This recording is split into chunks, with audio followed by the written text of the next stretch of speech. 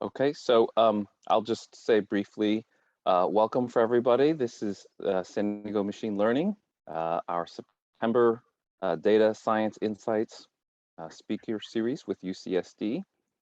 So Professor Kumar, I have a very nice, very impressive sounding bio, but it's my preference usually just to let you introduce yourself and say a little bit about where your interests are, how you kind of wound up where you are, as opposed to reading something like that. So without further ado, we have many events, but this monthly series is one of the ones we always look forward to the most. So let me turn it over to you to say hi to everybody and introduce yourself, and then you can begin your talk. Okay, sounds good. Thank you for having me over, Ted, and thank you for this very nice talk series that I saw that HTSI and the San Diego ML meetup are putting together. My name is Arun Kumar. I'm an assistant, well, technically I'm an associate professor starting this summer. I got tenured. So between the time I sent you the bio and now I got tenured. So I'm an associate professor at UC San Diego in computer science and the Data Science Institute. I joined in fall 2016 after finishing my PhD at the University of Wisconsin-Madison, and I've been here ever since. My research is on data management and systems for machine learning and AI-based data analytics. I look at issues of scalability, usability, and kind of ease of deployment. I kind of work with the open source community and industry a lot. Some of my research have been projects, both code and ideas, have been shipped with the Apache MATLAB open source library, the products released from companies such as Oracle and Pivotal and Cloudera, and also used internally by companies like Google and Facebook and Logic Blocks. It's fun to complete the loop where I work on basic research, but I also look at transitioning research to practice, working with practitioners. And here in this talk, you will hear some of that, what we've been doing in the recent research projects. So I guess I can get started with the talk then. Is that okay? Great. Let me put it in full screen mode. Let me see. Oops, sorry. So I won't be able to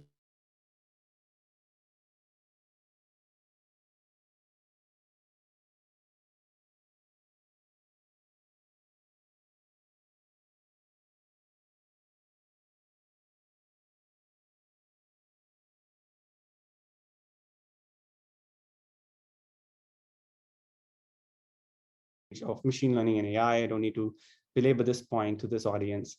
Pretty much all the major technology firms and web companies are using it extensively. That has created enormous demand in many enterprise sectors, healthcare, insurance, finance, retail, telecom, and also the academic domain, such as the domain sciences, digital humanities, and so on, for tools and products that make it easier for them to adopt ML and AI-based analytics into their data applications. Now, of course, many of you are probably also working at some of these enterprise firms on ML applications. The International Data Corporation, which is a market research firm that studies data software products, estimates that the market size for products that make it easier to apply ML to various applications is set to hit almost $500 billion a year in the next few years. That's an astoundingly large figure, but that's what the IDC estimates. Naturally, there's a lot of activity in this space. Several open source tools have taken off. They've become very popular. All the major cloud vendors are going after this and want a slice of this pie. They've launched various ML and AI services. In spite of all this progress, like I'm going to explain today, there still remain numerous fundamental efficiency and usability bottlenecks in the end-to-end process of building and deploying ML applications. And at the end of the day, that's what my research is about. Building new abstractions, devising new algorithms and software systems to help democratize ML and AI-based data analytics from a data management and systems standpoint. And what do I mean by democratization? I mean the following. Improve the system efficiency. So that means reducing the runtimes and resource costs of the algorithms and the pipelines involved, and improve the human efficiency, improve the productivity of the practitioners involved in the loop. So folks like data scientists and ML engineers, folks hopefully like a lot of you who joined today. And this involves synthesizing and unifying the areas of data management and databases and ML and AI, and also I straddle the whole system stack. More precisely, in my research, I build practical and scalable data systems for ML analytics that are inspired by the principles of relational database systems that we've been studying for a long time. However, I also exploit insights from statistical and computational learning theory and optimization theory, which are at the root of what ML computations are about. I have interacted with data scientists, ML engineers, data analysts, business analysts, domain scientists, so many folks, almost 36 practitioners in various enterprise, web, healthcare, and other settings, including in academia and domain sciences. And based on my conversations, I abstract this whole lifecycle of ML-based data applications into 3 main stages: source, build, and deploy. And in the source stage, they convert raw data, such as multi-table relational databases, text corpora, multimedia corpus, time series, into what I call ML-ready data. That involves acquisition, cleaning, preparation, and so on. The build phase, they convert the ML-ready data into precise prediction functions or pipelines, which is where the process of model selection comes in: feature engineering, model search, algorithm selection, hyperparameter search, and so on. And once you have those prediction functions or pipelines, you need to integrate it into your application. So that's the deploy stage.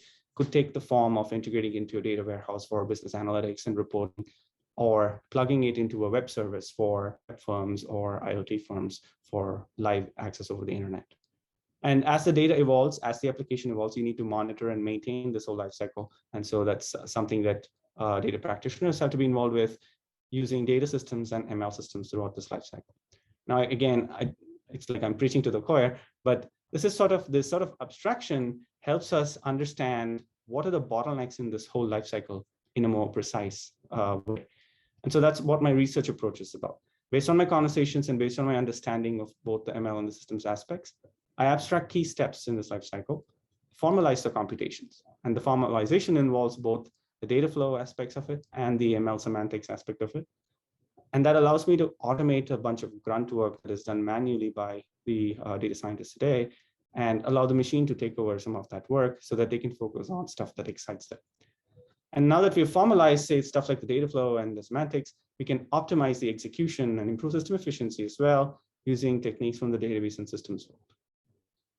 Now, this sort of research approach is what I've been doing in the last almost decade now, since my grad school days. And over the last few years, we've worked on a bunch of stuff, and that's my research group webpage down there. Feel free to take a look, and I will talk about some of that stuff later today as well.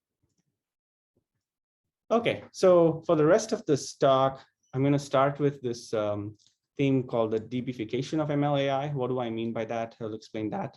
And then I'll give 2 concrete examples of that DBfication process based on my own research. And we'll dive into some technical aspects there. Then I'll conclude with some remarks and thoughts on how I think we can accelerate this DBfication of ML by bringing together research communities and researchers and practitioners. Okay, any questions so far? Okay, so now let's proceed. Now, what do I mean by DB-style practical concerns in ML?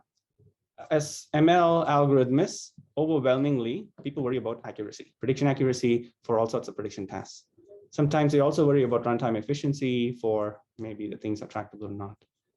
But in the world of ML systems,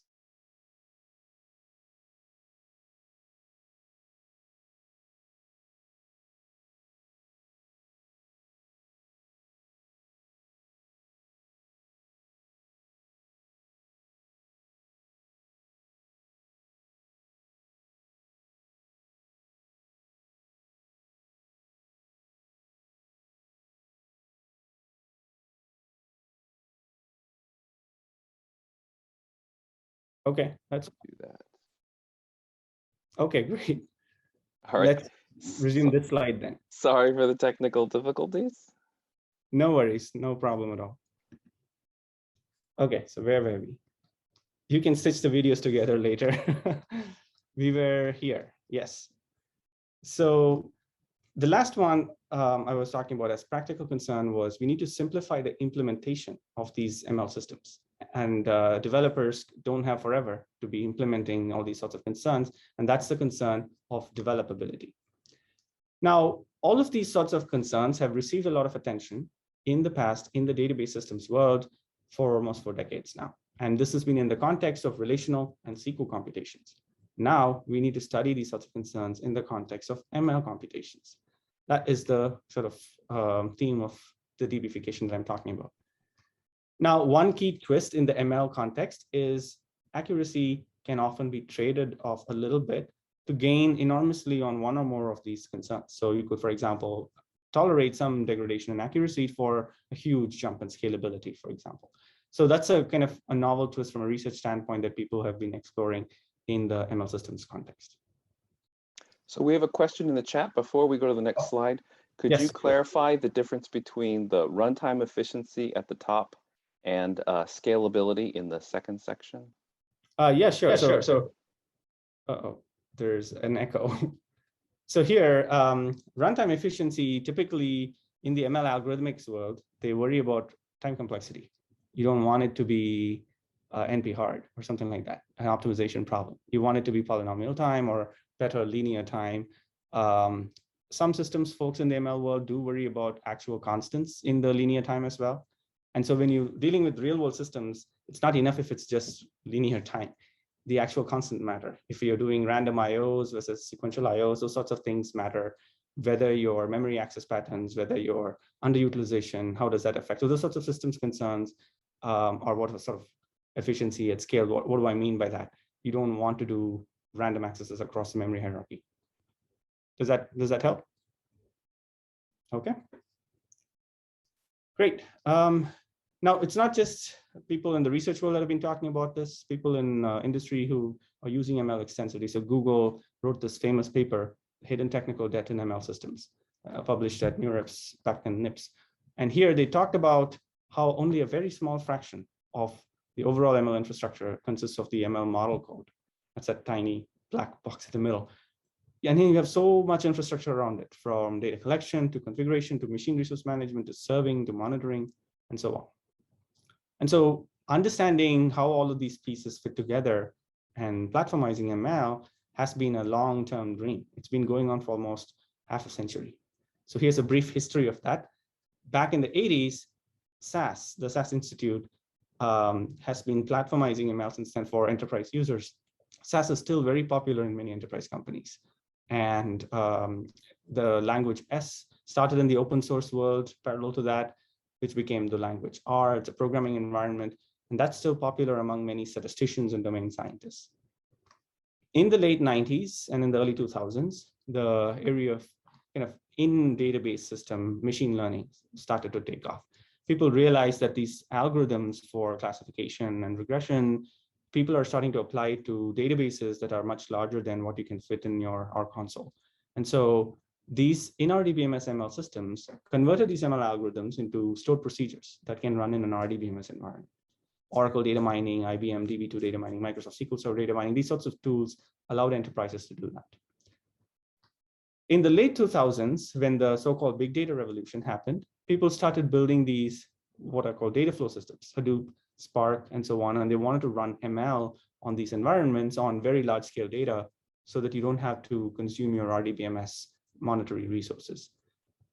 Concurrently, people also worked on new abstractions for ML systems. These are abstractions that make it easier to implement ML algorithms at scale, rather than going and hand designing the algorithms at scale one by one.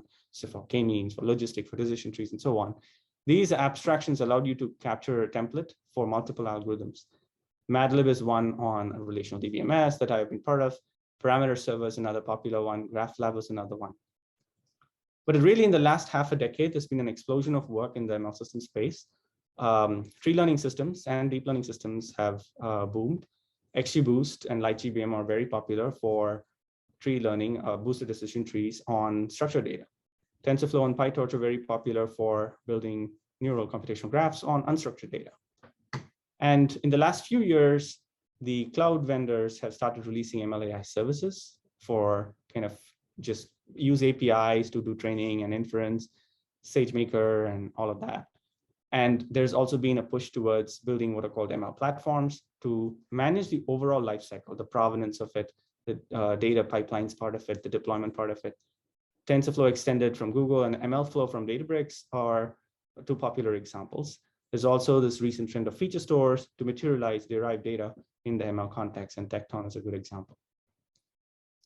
The way I see it, this sort of rise of ML systems and platforms today resembles the rise of relational DBMSs circa early 1980s.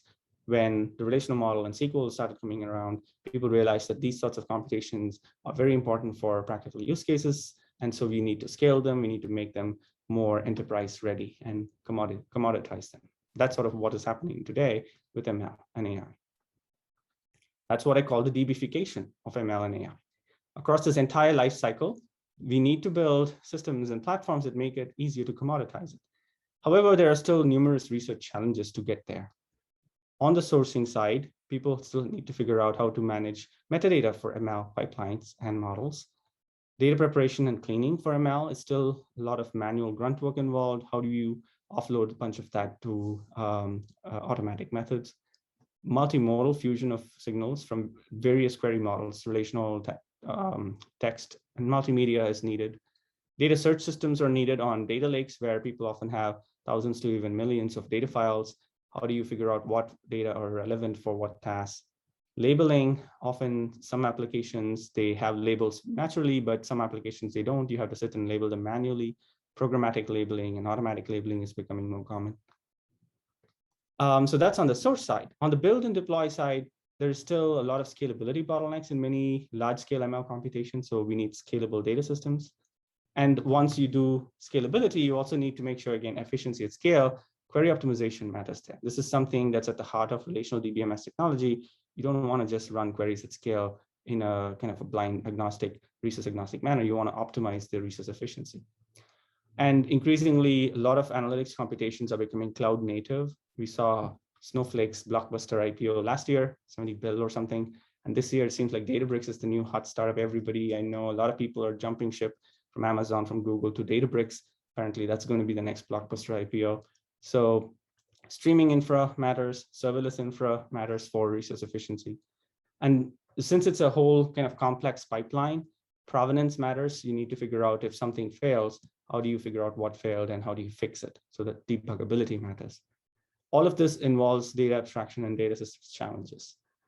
Now, apart from all of these, there's overarching concerns of benchmarking. You need to have a common ground. You need to have a way to compare different tools and systems for the same solution on an even footing.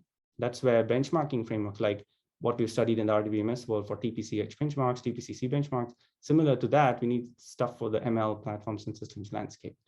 We also need benchmark data sets for a lot of, say, data preparation on ML, AutoML, and so on. And these are kind of similar to the ImageNet benchmarks and Spider benchmark you've seen in the ML and AI worlds. And of course, these overarching concerns of fairness, accountability, transparency, privacy, security, they will always remain in these contexts. Anywhere you're dealing with data about people, you need to worry about these sorts of issues that are societal concerns. So this is sort of the grand research challenge of the DBfication of ML AI. And what I'm going to be talking about next is two key examples from my own research from two different parts of this life cycle. What have I worked on? Primarily, I have worked on in my research on metadata management techniques for ML, data preparation for ML, and multimodal ML query models. I've also worked a lot on scalable data systems for ML and query optimization for ML algorithms, both statistical ML and deep learning, and built benchmarking frameworks for comparing different ML systems, and also more recently benchmark data sets. I'll talk briefly about the benchmark data set stuff later today. So specifically, I will dive into two projects, Project Cerebro, where we are building scalable deep learning systems and a platform for optimized deep learning at scale, and Project Sorting Hat, where we are building benchmark data sets and tasks for automation of data preparation in AutoML platforms. Okay, so first let's dive into scalable deep learning systems. Okay, when you want to build deep learning models on, say, large data, what would you do?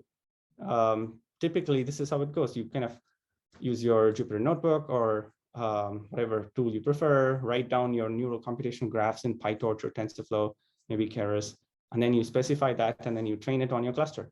It runs it on, say, you have GPUs, CPUs, memories.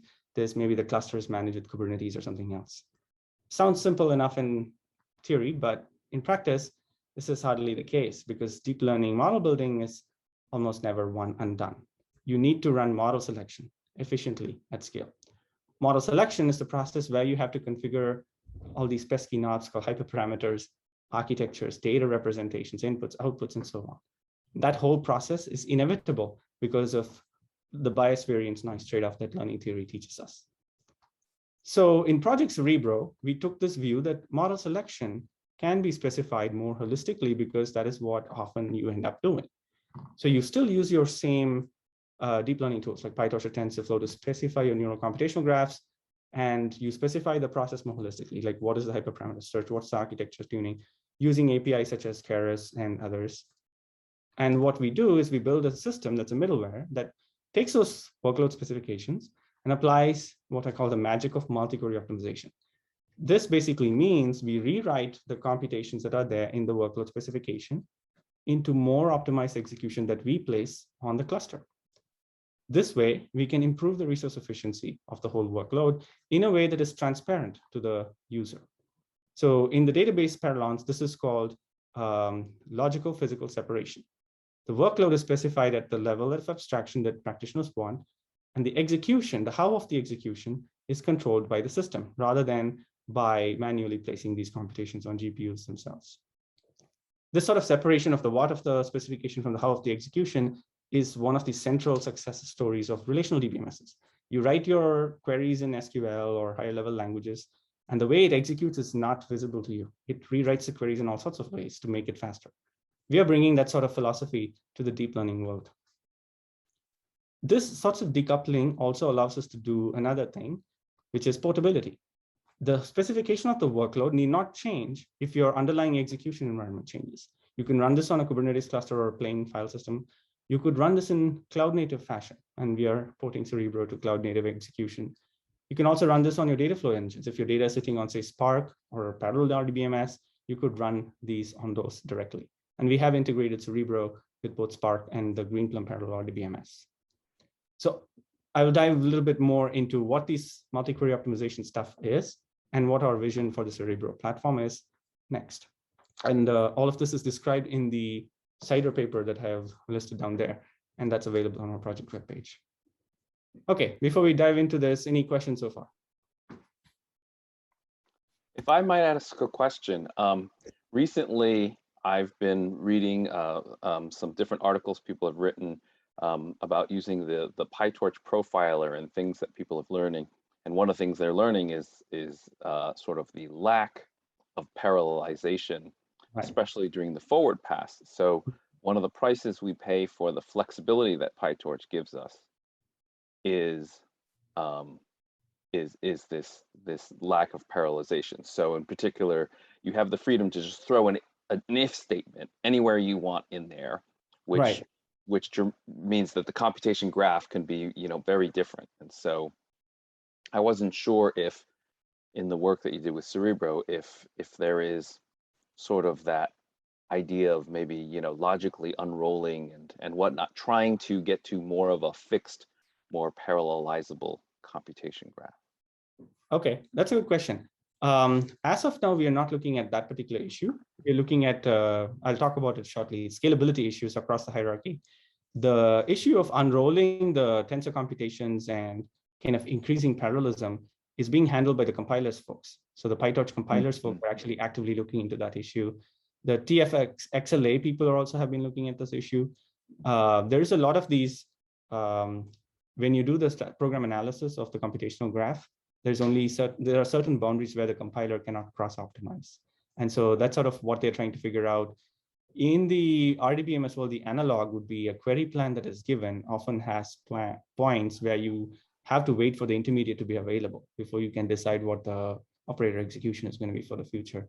As of now, we have not gone down into the compiler level. Right now, we are retaining the compilers of PyTorch and TensorFlow as it is. But in the future, that is certainly a possibility we can look into. Okay, great. Thank you. And we have a question in the chat. Dev asks, is Snowflake a player for this integration, or primary cloud players have taken it over like Databricks and Spark, etc.? Okay. I must clarify, I'm not working with any of the cloud vendors other than, I'm collaborating with VMware, I'll talk about that. But all of these technology we are building is open source, so they could adopt it. We're happy to work with anyone. The last I heard from Snowflake was earlier this year at Cider 21, January. They gave a keynote there. And they were talking about how data science and ML workloads are part of their roadmap. It's not on their portfolio today, at least as far as I can understand. They're focusing primarily on SQL and transactions and analytics and so on, but it is on their roadmap, data science and ML. They said that is part of their future. They haven't released or announced anything as far as I can tell, but you can anticipate that they will be going there. All right, thanks. And then Dev, let us know if you have any follow-up questions. Okay, great.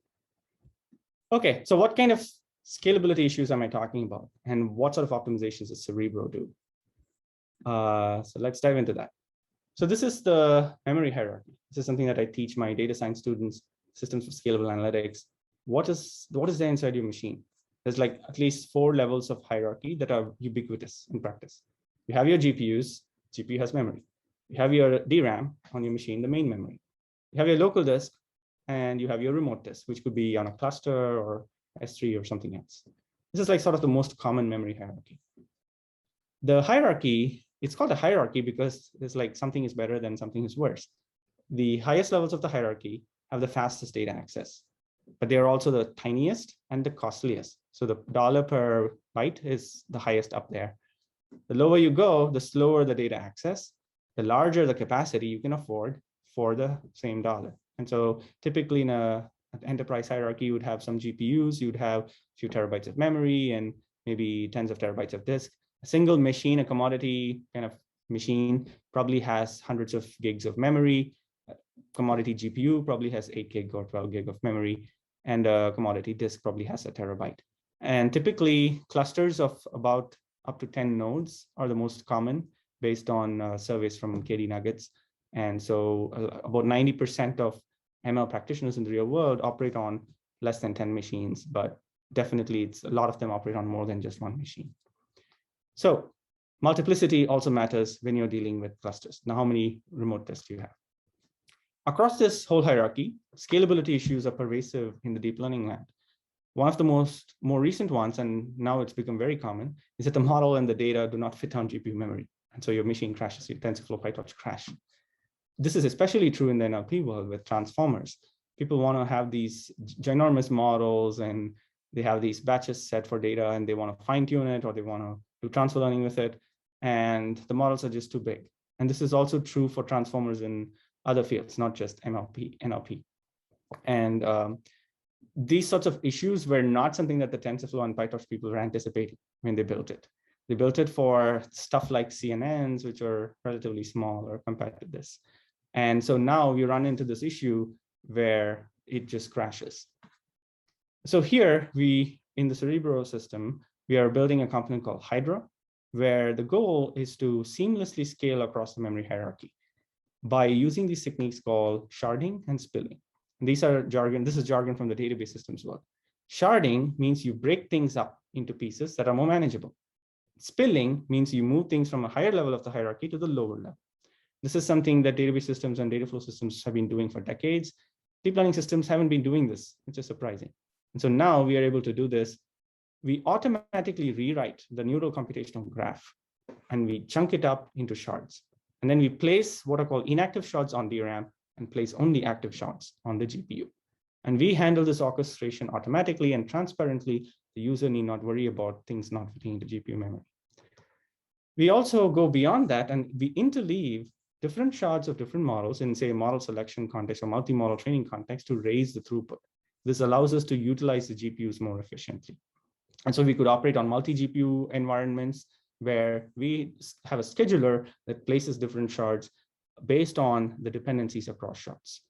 And so coming back to your question, Ted, where the amount of parallelism that you have within the forward pass, in this particular context, even if you don't have much parallelism within a single model, we could exploit parallelism across models or across shards and so on. So this is a little bit orthogonal to the compiler optimizations that the PyTorch or TensorFlow people are up to. And if they improve their compilers, our system will benefit automatically because it'll just improve the GPU efficiency even more. So this is sort of, I'm just keeping it at a high level. It's work under submission still. So this is sort of the first level of the hierarchy where these sorts of optimizations can help us. And you can anticipate a paper and a system release on this coming out soon. It can seamlessly scale to any size of model. So we've actually shown that you can scale to even 100 billion parameter models on just one GPU. So with just one GPU that has only 8 gig or 12 gig or 16 gig of memory, you can still train a 100 gig model. And that's because we use DRAM efficiently by spilling automatically. As of today, I think no other industrial tool can do that. DeepSpeed from Microsoft is one that is proceeding with that. And we've shown a comparison with DeepSpeed Zero and DeepSpeed Zero Offload and stuff like that in the tech report that's there on the website. And our system Hydra is more efficient based on the techniques we have there. And this is an area that a lot of companies are very interested in because, again, GPU memory is not keeping pace with the model footprint sizes.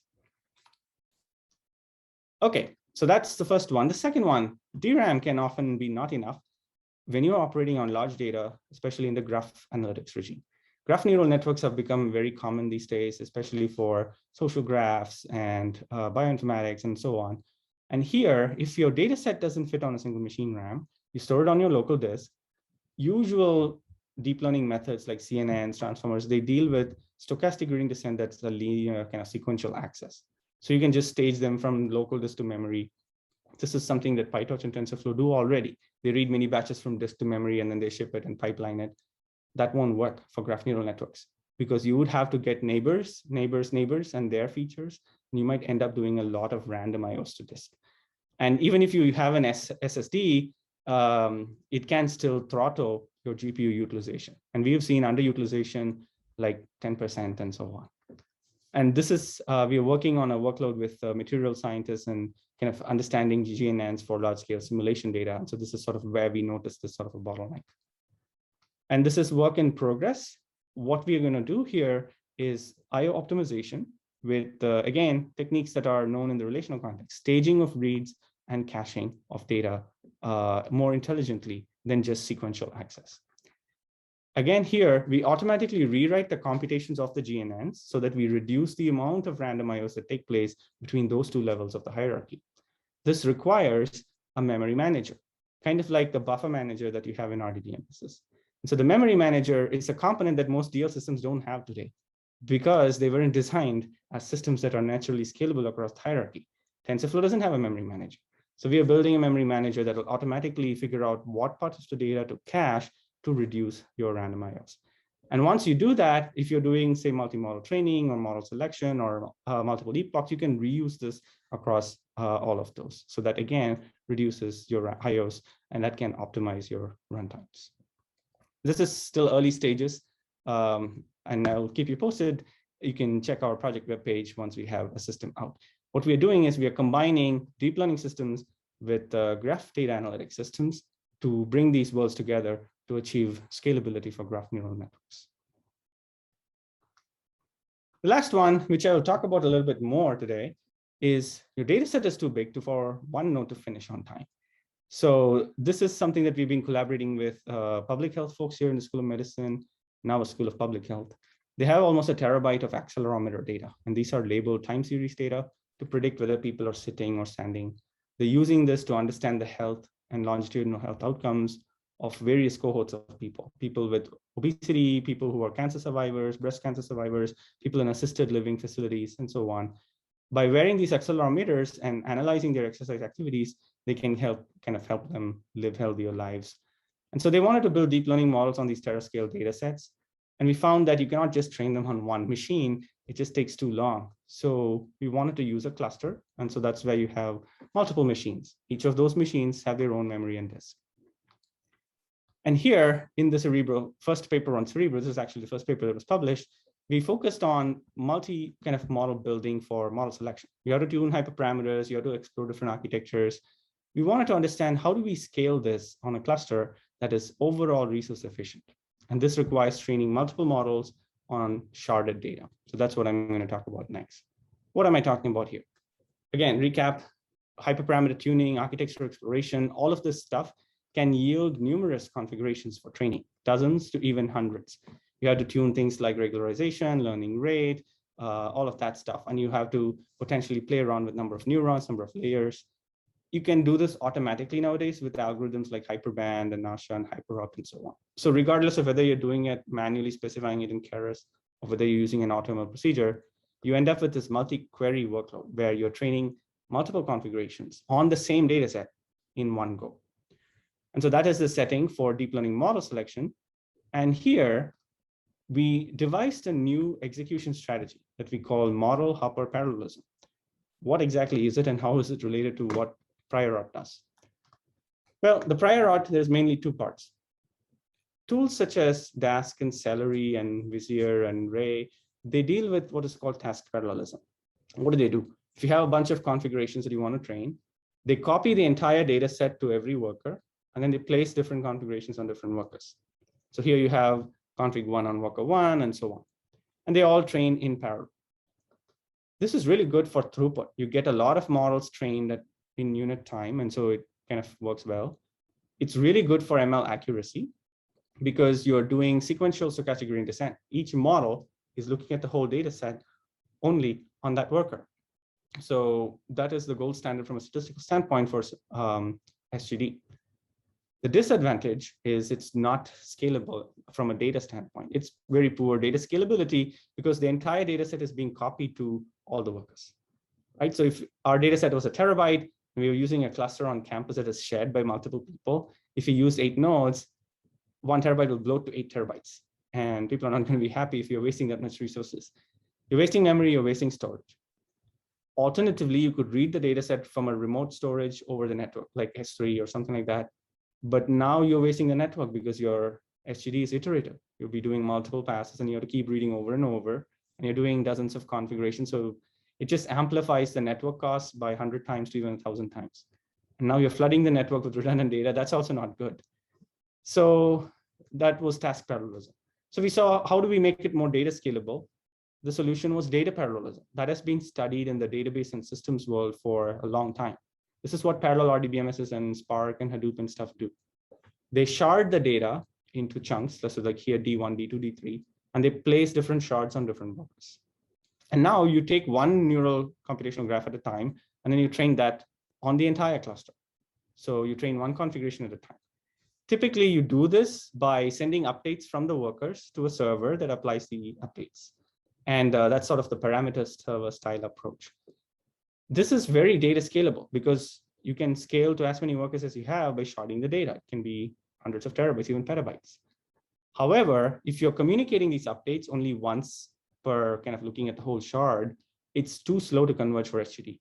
That's called model averaging, and it just doesn't work. It won't converge. And so typically what you need to do in the data parallel regime is communicate at every mini batch. And so tools like Horovod, what they do is they avoid having a centralized server and they communicate among workers directly, but they talk to each other at every mini batch. The problem there is a mini batch is often orders of magnitude smaller than a shard. A mini batch typically has, I don't know, 50 to 150, maybe 164, 128 kind of examples. A shard might have millions of examples. So you're almost 1,000 times higher network costs. Because of that, these sorts of data parallel approaches have very low throughput. They take a long time to do model selection, and they train one model at a time, and that becomes pretty slow overall. So we looked at this dichotomous landscape. We said, can we get the best of both worlds? And that's what model hopper parallelism is. It's the best of both worlds, gets the pros of both task and data parallelism, and avoids their cons. How does that work? MOP is fundamentally rooted in an insight from learning, from optimization theory, which is that SGD does not care what the ordering of your data is, as long as it is some random order. So it works as follows. You shuffle the data set, so you randomly reorder the data set. That's sort of what you need for SGD to work. And then you shard, you partition the data set, place each shard on each worker. So you have worker 1 to 4, D1, D4. Now that is sort of the data parallel style regime, right? But now you start your first epoch in a task parallel style regime. You place different configs on different workers. Each worker runs that particular config for what we call the first sub-epoch. Each configuration looks at its local shard, performs SGD updates. At that point, you checkpoint the models and you hop them across workers. And this can be done automatically. Then the models resume the training of the same epoch on the new shard that they are at. So look at DNN1 jumped from worker 1 to worker 2. It saw D1, now it is seeing D2. Models keep hopping across all the workers until all models see all shards. So that's why it's called model hopper parallelism. Overall, this completes one epoch. Repeat the process for all epochs. That is how Cerebro does model selection on sharded data. We show that this has strong theoretical guarantees. One, from an accuracy standpoint, this is similar to task parallelism because you're logically equivalent to sequential SGD. Every model sees the data in a sequential order, D1, D2, D3, D4, or some other sequential order. All of them are random orders. So they kind of, all the convergence guarantees of HGD apply. However, it also hits the lower bound on communication costs for data parallel model selection. We don't need to hop the models at every mini batch. We only hop them at every shard. So the communication cost compared to Horvath or parameter server is 1,000 to even 10,000 times lower. And so you get much higher throughput. So this is how model hopper parallelism works. This is a basic idea. There are some challenges involved in making this practical. We built a resource-aware scheduler that handles this automatically for evolving model configurations. So for things like hyperopt or hyperband, where the configs may change across epochs. And you might have multiple GPUs on different workers. So all of that is taken into account. You could also replicate the shards, like in HDFS. A shard might be placed on 3 workers. That can help improve parallelism. Fault tolerance matters, elasticity matters. We've handled all of this in Cerebro. And all of this is done in a non-disruptive way with the existing deep learning system. So you can retain your TensorFlow and your PyTorch exactly as it is. What Cerebro does is it orchestrates their distributed execution without needing to change your code for TensorFlow internals or PyTorch internals. So it's backwards compatible. If tomorrow PyTorch releases a new version that handles the compiler issues that Ted was talking about, Cerebro can automatically benefit from that. So feel free to take a look at the workshop paper, Dean workshop on the overarching view of Cerebro, and also the VLDB paper on model hopper parallelism in particular. What I'll show briefly next is some empirical results. Of course, this is a research talk. I should show some results. This is the standard ImageNet benchmark. So it's like 0.5 terabyte data. We compared 16 CNN configurations, state-of-the-art, like ResNets and Inception ResNet and so on. Written in TensorFlow, we use an 8 GPU node cluster. So 8 nodes, each with 1 GPU. On the x-axis is the epoch of training. On the y-axis is the top 5 validation or the benchmark metric. So this is the learning curves. And we are comparing model averaging with parameter server, with Horvath. Celery is the task parallel tool, and then Cerebro. Model averaging converges poorly. Horvath converges better. Parameter server, task parallelism, and model hopper parallelism of Cerebro, they all are very similar. So they reach roughly the same accuracy, and their learning curves are, especially task parallelism and model hopper, are virtually the same.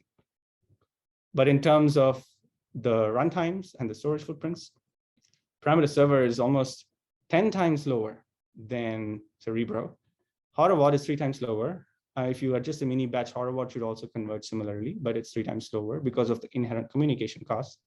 Task parallelism and Cerebro are roughly similar runtimes, but if you look at the memory footprint, the task parallel execution is 8x memory footprint compared to Cerebro. So this is sort of overall, if you look at all resources, GPU utilization, memory, storage network, as well as ML accuracy, everything put together, Cerebro offers the best overall combination. And there are more details in the paper on other experiments for model selection workloads and fine-grained kind of efficiency studies. Any questions at this point? If I might ask a question, the previous slide, you mentioned that there are some technical challenges that you're not going into all the details. I'm curious if not needing to do synchronous swaps of these shards is one of those technical challenges you deal with. Otherwise, if you have, if worker 2 is really slow, then all the other 7 workers are held up waiting for it to finish with its shard. That's absolutely right. You hit the nail on the head. It's basically, we don't need synchrony at all. So model hopper is an instance of what we call bulk asynchronous parallelism. It's a kind of a fundamental advance over the bulk synchronous parallelism paradigm followed in parallel RDBMS and data flow systems. We formulate it as a general open shop scheduling problem. So the models that can hop between workers can hop whenever they are done. They don't need to wait on other workers. And this is typically true when the number of models or configs to train is larger than the number of workers. And so if you have small clusters and you have, say, dozens of configs, there's always like another config that a worker can pick up. When you're in the regime where the number of configs is very low, like just 1 or 2 or 3 or something like that, and there are more workers than configs, we've shown a trade-off with the Horowod in the paper. We can actually come up with a hybrid scheme or actually just switch over to Horowod at that regime, because Cerebro will then underutilize if your number of configs is too low. Okay, awesome. Thank you very much. Thank you for the question. Great. So that's the multi-query optimization technique I mentioned. In Cerebro, we're exploring a full sort of bevy of optimization techniques for all sorts of deep learning workloads. I mentioned hyperparameter search and architecture search. We're also looking at feature transfer and transfer learning. We have a new paper out on optimizing transfer learning. Learning over groups, we have a paper appeared at VLDB this year on building separate models for separate subgroups of data. We're also looking at sequence and graph analysis. All of this high-level model building tasks that are model selection. You can use your same high-level APIs like Keras or similar APIs. Under the hood, we are agnostic to what your execution and storage layer is. Cerebro can work with direct file systems, Kubernetes clusters, Spark or Greenplum. And we are also moving towards cloud-native execution on AWS. The secret sauce of Cerebro is in the middle, the optimization and scheduling layer, which translates the what of the specifications to optimize how of the execution. And this is where techniques like model hopper parallelism, the hybrid parallel schemes that we published recently, memory management and materialization management, all of that comes in. Standard database style ideas that have been studied for decades in the relational context, we are the first to study this in the deep learning context. And all of this wraps around TensorFlow and PyTorch. So we use TensorFlow and PyTorch for autodiff, for SGD, we just have a scheduler that places them on these workers, and therefore we can benefit from without having to modify the internals of TensorFlow and PyTorch. All of this is sort of the technical meat of Cerebro. On the side, we also help manage metadata and visualize the results for model selection using TensorBoard. We're going to integrate this ML flow for governance and auditing in production settings, and fault tolerance, elasticity, explanations of the processes. We're going to build features for those as well. To summarize, Cerebro is a first model selection, first layered platform with a careful decoupled design. And it's a unified platform for handling all kinds of data modalities. We're agnostic to what the data type is, structured, unstructured, and what the deep learning workload is. Transformers, CNNs, everything works here. It helps boost productivity of people who are working on large-scale deep learning, where you can focus on what you want for the model building, not the how, of how to scale it and how to optimize it. So you don't have to worry about things not fitting into memory and such. It seamlessly scales. That's our vision. We are still working towards it, of any size of data, any size of models, and any number of tasks. And all of this will happen in a resource-efficient manner, achieving as much of GPU efficiency as possible, as much of memory and network efficiency as possible. Often it's 10x faster or 10x better resource efficiency than state-of-the-art systems we see in the literature today. And all of this happens in a portable manner. We're not bound or tied to any particular storage or execution backend. You can port your workloads across multiple of these backends. And we're also supporting both TensorFlow and PyTorch because our contributions are really agnostic to what the specific neural computational graph specification framework is. So tomorrow, if somebody wants to use JAX, you can plug in JAX as well.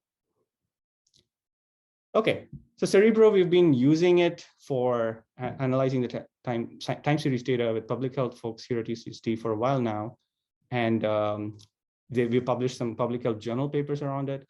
We are also collaborating with some physicists and materials engineering folks now and trying to apply Cerebro to their tasks. Apache Madlib is this open source library for NRDP-ML on Greenplum. Pivotal worked with us to ship it as part of this. And VMware is collaborating with us to put it in front of their enterprise customers. We've also integrated Cerebro with Spark and open sourced that, and more workloads and use cases and optimizations are in the works.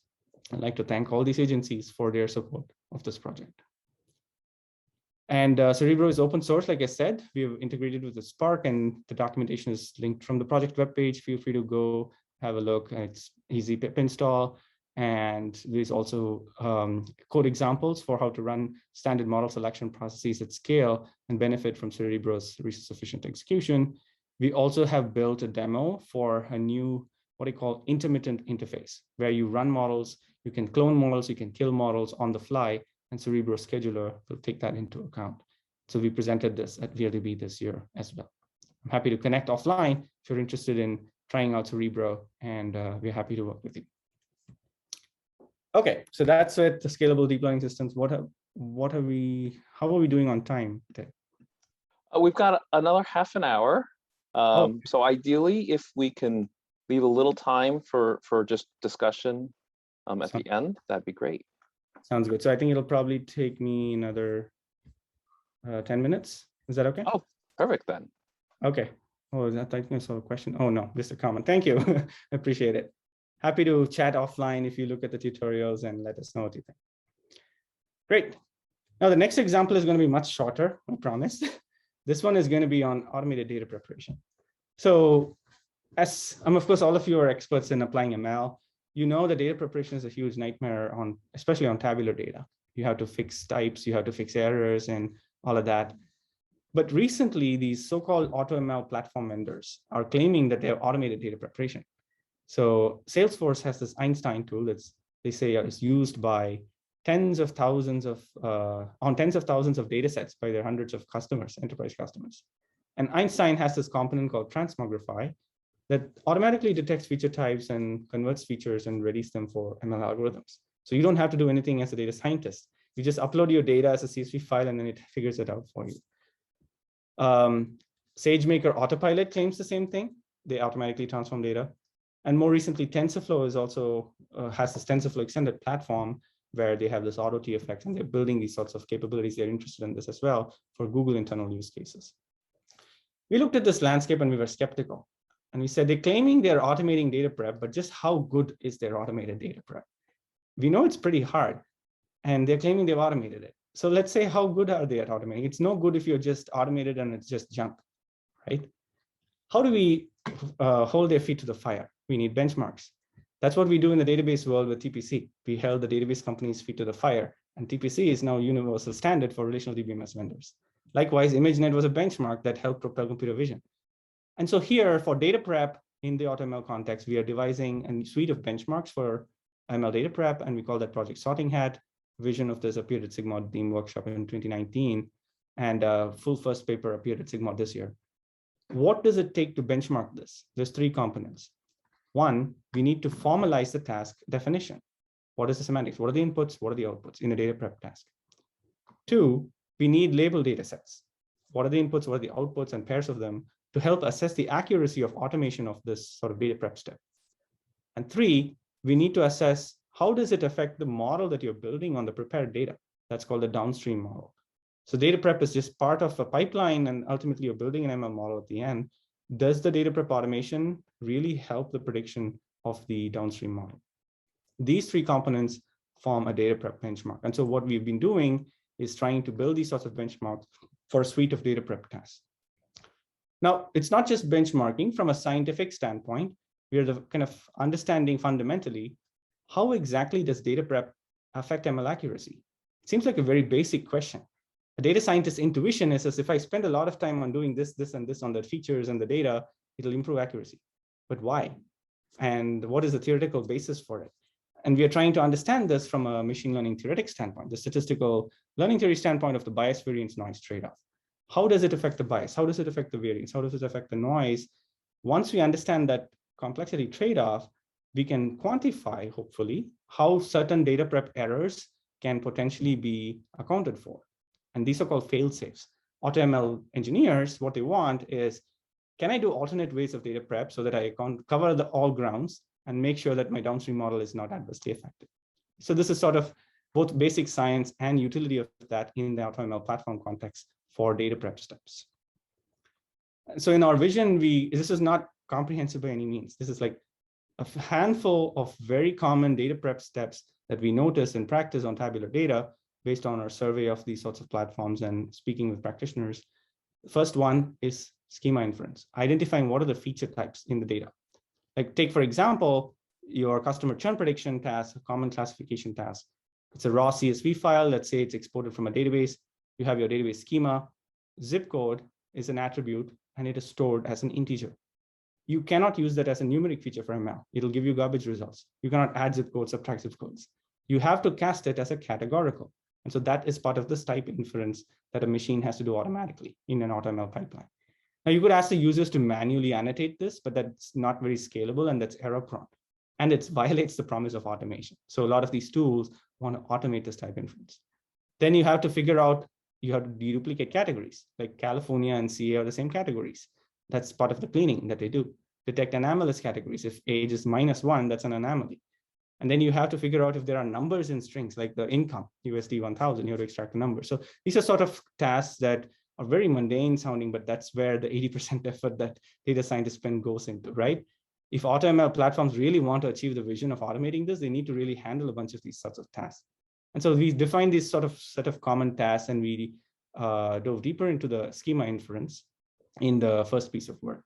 And that's the paper that appeared at SIGMOD 21. We created the benchmark data set, a labeled data set for feature types. We built ML models, and then we showed that it fares better than all these existing tools. We compared it with TFDV, AutoGluon, and Transmogrify, and we showed that using a machine learning approach to detect feature types actually works much better than what they are doing today. And so these companies are pretty interested in what is going on here. And so Google and Amazon, they gave me gifts to collaborate on this project. We've been working with TensorFlow data validation as part of TFX over the last 2 years.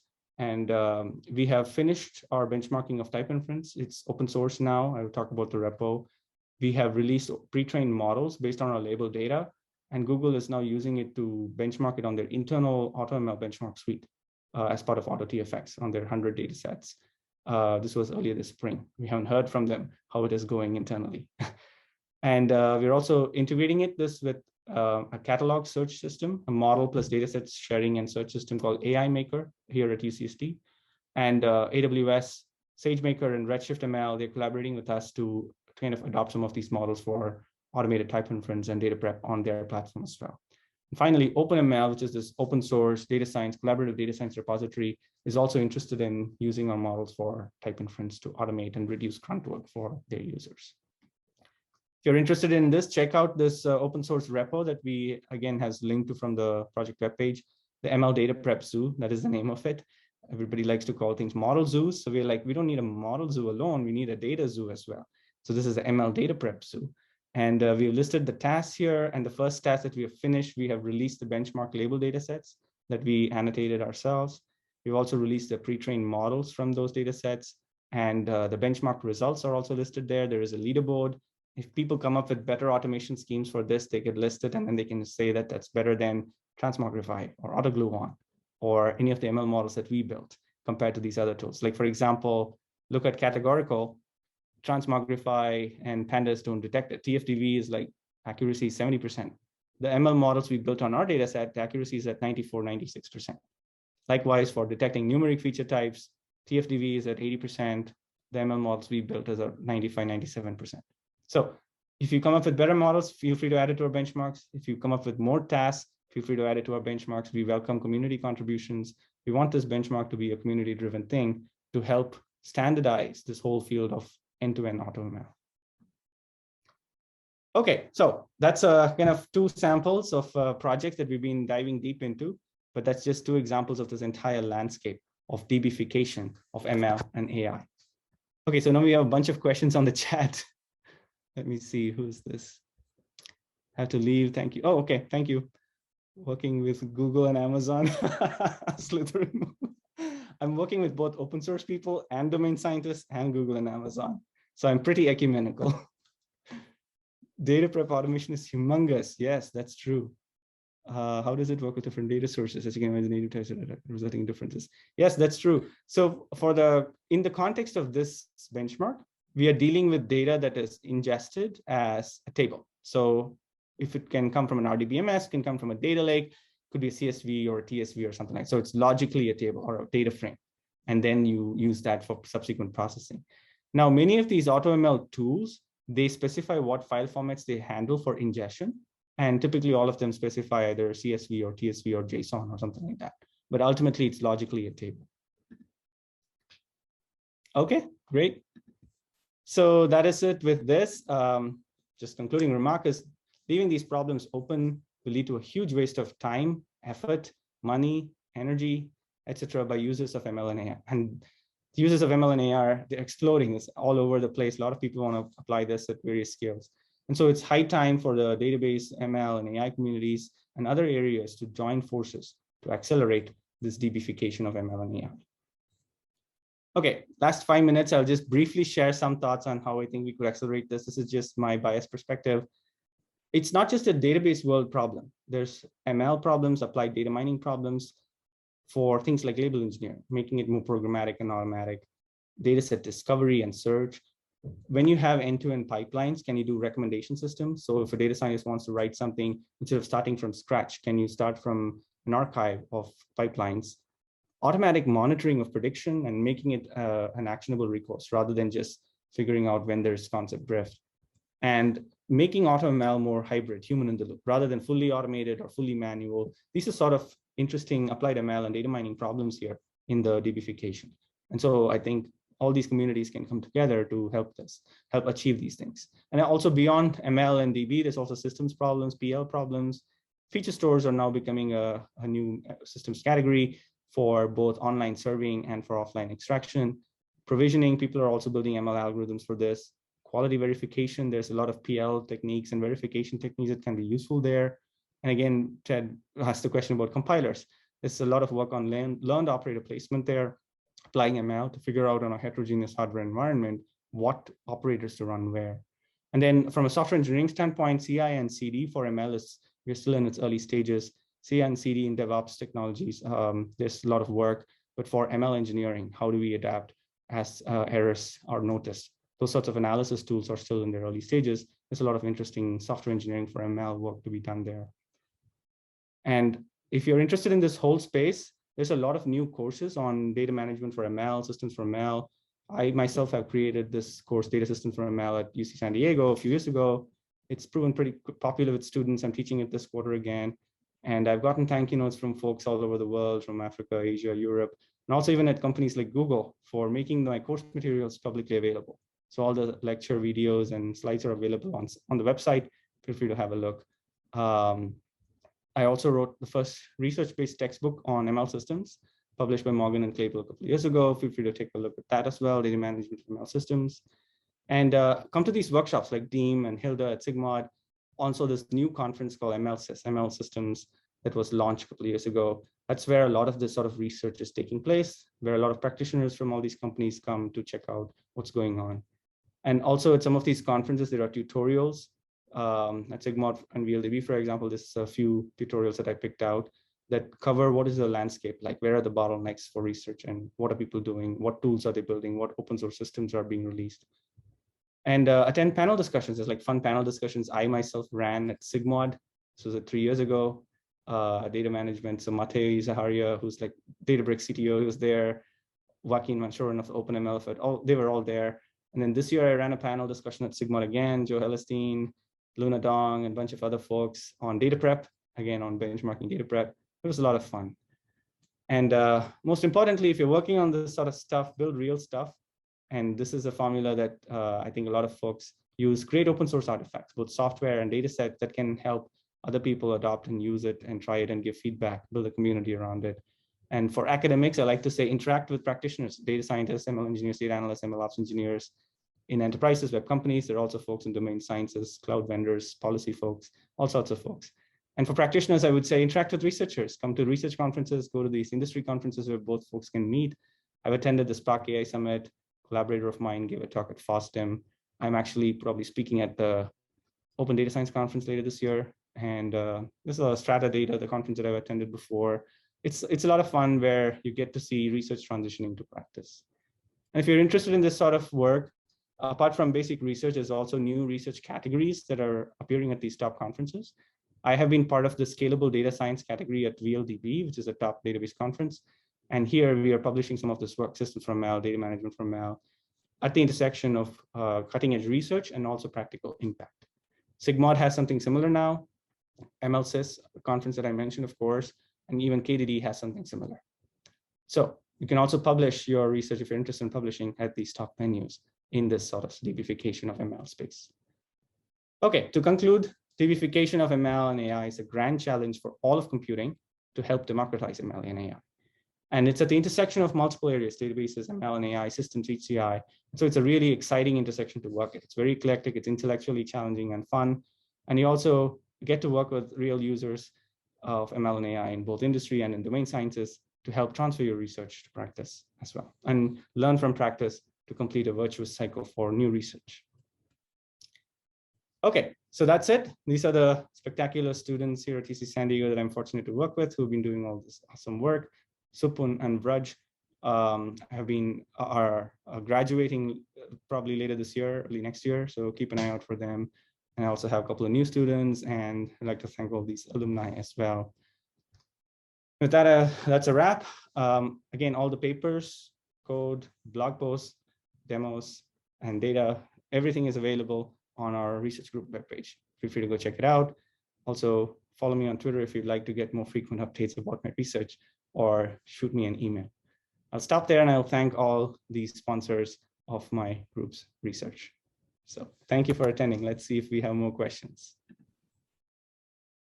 Awesome. Thank you. Thank you so much. Okay. Thank you, Ted. I see a lot of stuff on the chat. Let me walk through those. Yeah, I don't think there are any questions you have to specifically answer, but some comments, and then Ryan and I were posting some of the links that you had mentioned in some of the slides. Oh, okay, good. The links are also available on the research group webpage. So if you just go to this webpage and look at Cerebro and Sorting Hat, they're linked from there too. Okay, thank you for the generous and gracious comments, and thank you for attending. Okay, so there's some question on, does any of this data prep work feedback to creators of data? If they did it better the first time, it would make our lives easier. Now, that's a good point. So one of the things to note with the data is there is a gap between who the creators of the data are and what it is used for in the ML context. Typically, these sorts of data files are stored and managed in relational database systems, right? So these are the operational data warehouses and transactional systems. And so typically when you store them, you only care about the database schema, integer, varchar, and so on. When you want to use this data file for ML, that is when you need to figure out that this is actually a categorical. When you're doing SQL over this, you don't really care that it's a categorical or not, right? So it's two different worlds, database world and the ML world. Now these two worlds are meeting, and that's why you're seeing all these gaps. And these gaps are leading to technical gaps and research gaps. Now, one possibility is we could annotate these schemas with ML feature types. And I think hopefully with models like what we built, we can automatically do this. And that is why like these companies, right, these OpenML and this AWS and all these sorts of folks are interested in what we are building. So Redshift ML is an in-database ML service from Redshift. They are interested in using this type inference models to bridge this gap so that their customers don't have to manually annotate. Now, of course, people who are creating these sorts of databases and doing SQL, they're like business analysts. There's this gap between business analysts who are dealing with SQL land and data scientists who are dealing with Python land. I've noticed this gap in multiple places. Hopefully that gap gets bridged over time, but right now there is still that gap. And often they don't speak the same language. Often when they talk, they don't even mean the same thing. I've noticed this. What do you think about that? Yeah, most database systems that I've worked with, and I've worked with a lot of them, have some sort of metadata that can be used to kind of bridge this. But 9 times out of 10, a DBA will not. Yes. You know, they'll just do the minimal amount of work because they got 5,000 projects on their table, blah, blah, blah, blah, blah. That's true. But if, you know, if they could start earlier to classify and to say, for example, you know, as you pointed out, zip code is a categorization. So, you know, that it's a categorized and it has a structure and things like that. So they could put all that stuff into the metadata. And then as it was ingested, you could say, you know, either transform it or say it's invalid and this row is bad, therefore, or whatever, you know, just with a little work on the front end. Absolutely, totally agree. I think there's this new movement in the data mesh landscape where they want to use more sophisticated metadata management governance tools. And I spoke with Juan Sequeira of Data World. He says knowledge graphs are now becoming more common among enterprises for schema management and metadata management. You could imagine these sorts of feature types being embedded as a field in a knowledge graph of that sort. So now if somebody is querying zip code, you get not just the database attribute type, but also the ML feature type, the domains, values, anomalies, and stuff like that. All that metadata can hopefully be annotated and queried.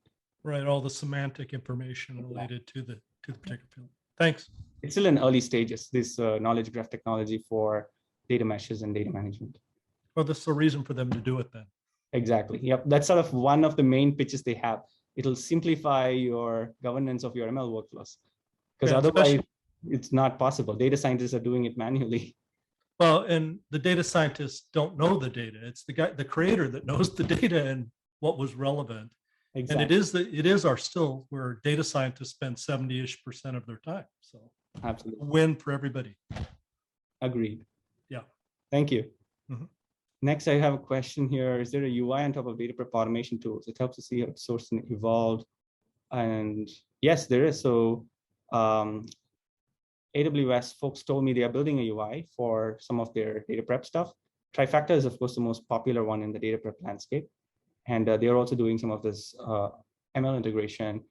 There is Tableau data prep. There is Alteryx. These are sort of UI kind of oriented data prep tools where you could have a human in the loop and they do ML predictions for transformations. They can produce audit logs. I think some of these AutoML platforms like Salesforce and TFX, and they don't have UIs. They are mainly programmatic.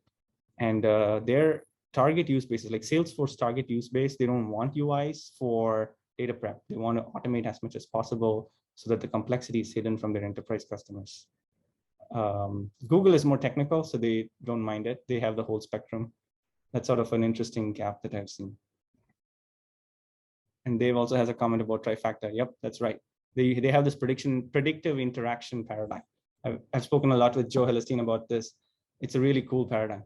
He visited my class earlier this winter, the Systems for Scalable Analytics, and gave a guest lecture about Trifactor and data prep stuff that they've been up to. Where that intersects with my lab's work. Yeah, so Trifactor folks, Joe Hellerstein is interested in the type inference stuff too. This, again, they don't deal with AutoML or ML feature types at all. They have something called semantic types.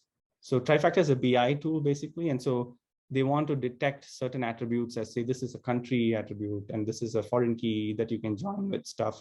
And so Joe was interested in the intersection of semantic types with feature types.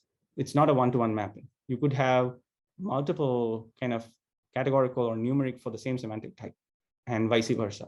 So it's a complementary thing. And I think Trifactor in its vision, they also have close integration with ML platforms. And so they are also interested in some of this stuff.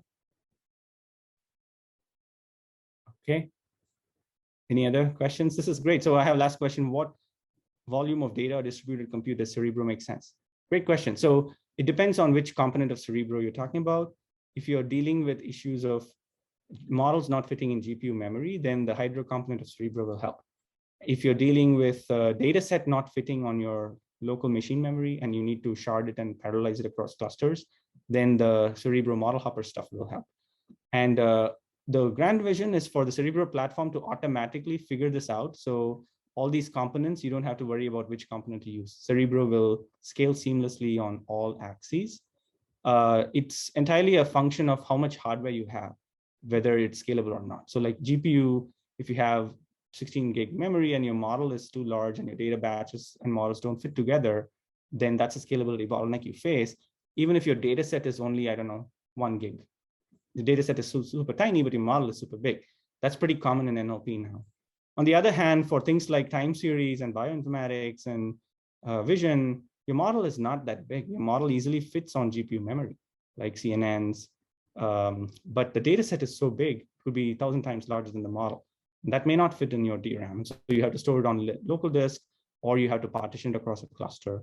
And so these sorts of complementary scalability issues arise in different application regimes. Some places the data is a bottleneck, some places the model is the bottleneck, some other places the tasks could be the bottleneck. Like I think I didn't talk about it today, but this ML over group stuff, what it basically is, let's say you want to build a separate churn prediction model for every state. So now you have 50 learning tasks for 50 states. Are you going to be sitting and running every one of them one by one? You don't want to do that. So in SQL, we have this abstraction called GroupBy. We have brought a similar abstraction to ML systems, where you can train multiple models over multiple groups simultaneously. And so we published that at VLDB. That's there on the project web page. So that's a scalability issue for a number of training tasks that you need to specify. So all of these sorts of scalability bottlenecks, we are looking at it from first principles and tackling them. Okay, thank you for joining. Okay, another question. What area do you typically see the bottleneck? Networking, disk, GPU, etc. Again, it depends on what scale regime you're operating in. If you're operating in the regime of small data, large models, GPU memory is the bottleneck. If you're operating in the regime of smaller models, larger data, then your DRAM is a bottleneck. If you're operating in the regime of just, I'm going to train just one model, I don't need to do hyperparameter search or something like that, then you will have to deal with data parallelism, because MOP will not help you, task parallelism will not help you. You will have to do Horvath and those sorts of optimizations. So then the network becomes the bottleneck. When you're in this regime of large data and large models together, right now, nothing in this world can help you. Hopefully, Cerebro will be able to help you in the near future. Okay. One more question. Oh, great. This is a lot of questions. Pretty exciting. Do you think data prep work can evolve to build data catalogs? It's bigger than that in the longer run. Yeah, that's a good question. So here, the AutoML platform vendors and the BI tools vendors like Trifacta, the world is starting to converge. So I think in the Databricks land, they're calling it Lakehouse. So the Lakehouse paradigm is you keep your data as it is on file systems, and then you impose abstraction layers on top to make sense of the data. And so there, I think these knowledge graphs and these loosely coupled schema and metadata management tools can be helpful.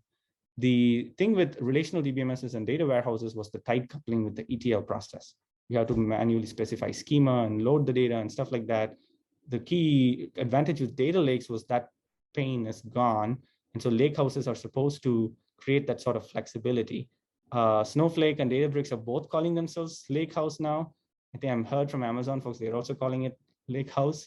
So I think in those sorts of regimes where things are just stored as files and things like Parquet or something like that, I think automated data prep can help manage the transformations in an easier fashion, because you have auditability, you have provenance, and so on.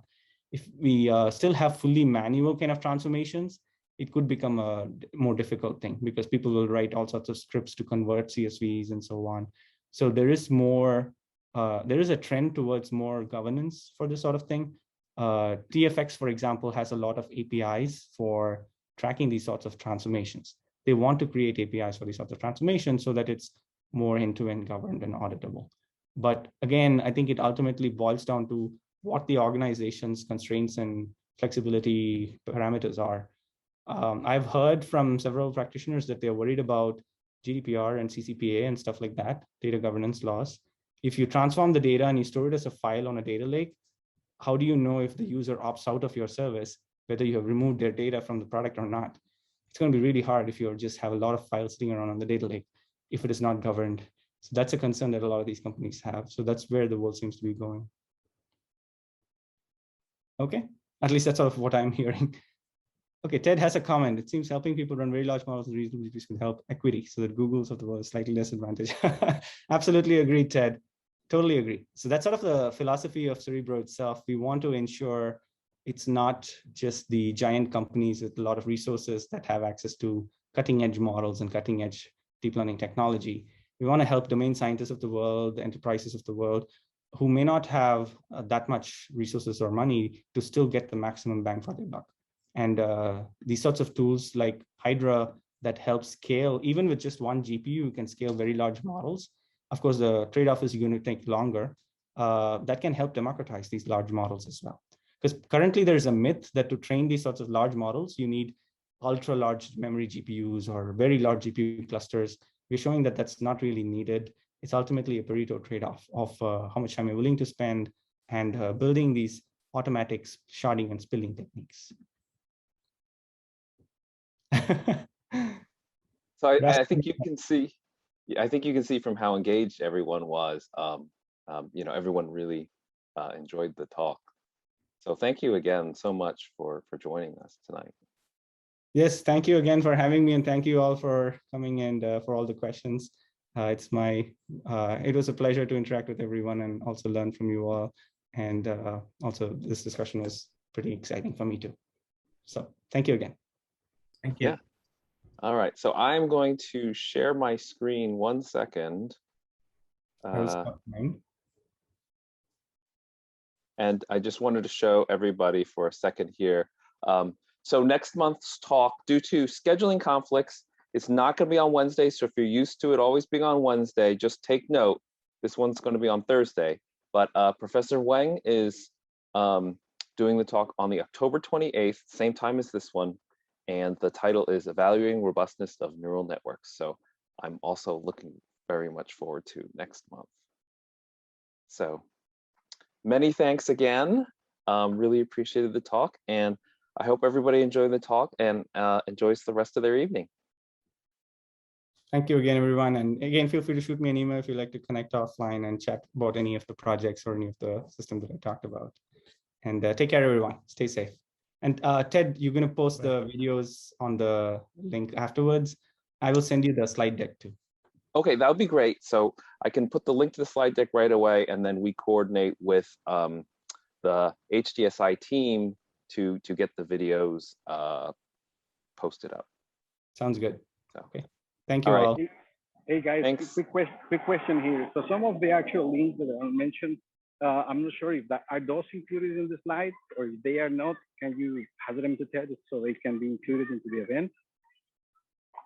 I think all the links are in the slides, right? So if we get the slides up quickly, then the various links are in there. Is that right? That is correct. All the links are there, hyperlinked in the slides. You could also just go to the group webpage, and they're also there on the project webpage. All right. So all right. Thank you, guys. Thank you. All right. Thanks, everyone. Everybody. Thank you all. Take care. Bye. Bye. Thank you. Good night. Good night.